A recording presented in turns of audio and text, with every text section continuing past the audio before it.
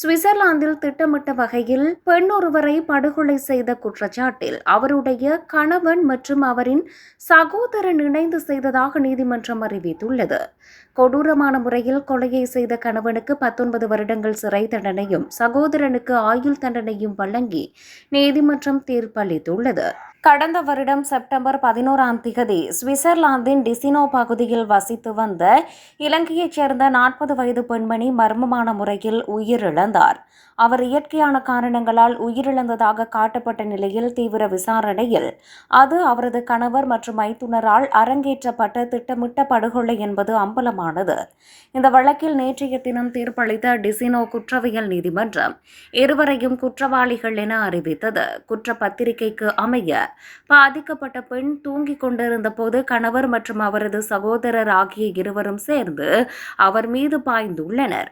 பெண்ணின் தலையில் பிளாஸ்டிக் பையை மாட்டி சுமார் 10 நிமிடங்கள் மூச்சு திணற செய்து அவரை கொலை செய்துள்ளனர்.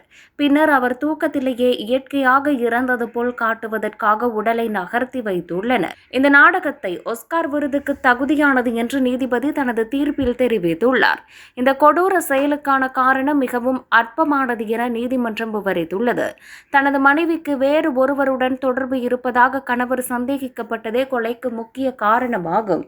மேலும் குடும்ப மரியாதையை நிலைநாட்ட வேண்டும் என்ற நோக்கில் இத்தாலியில் இருந்து சுவிட்சர்லாந்துக்கு வந்த மைத்துனர் இந்த படுகொலையில் நேரடியாக பங்கெடுத்துள்ளார். படுகொலைக்கு பிறகு அந்த கணவர் எவ்வித சலனமும் இன்றி வீட்டு வேலைகளை செய்ததோடு தனது மகளை பாடசாலையில் அழைத்து வந்துள்ளார். பின்னர் ஏதும் அறியாதவர் போல தனது தாயின் அறைக்கு மகளை அனுப்பி அம்மாவை எழுப்புமாறு கூறியுள்ளார்.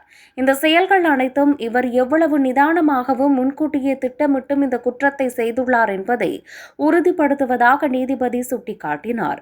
விசாரணையின் போது பல பொய்களை கூறி தப்பிக்க முயன்ற கணவருக்கு 19 ஆண்டுகள் சிறை தண்டனையும் சுவிட்சர்லாந்துக்குள் நுழைய 15 ஆண்டுகள் தடையும் விதிக்கப்பட்டது. இந்த கொலையில் முக்கிய பங்காற்றிய அவரது சகோதரருக்கு ஆயுள் தண்டனை விதித்து நீதிமன்றம் உத்தரவிட்டது.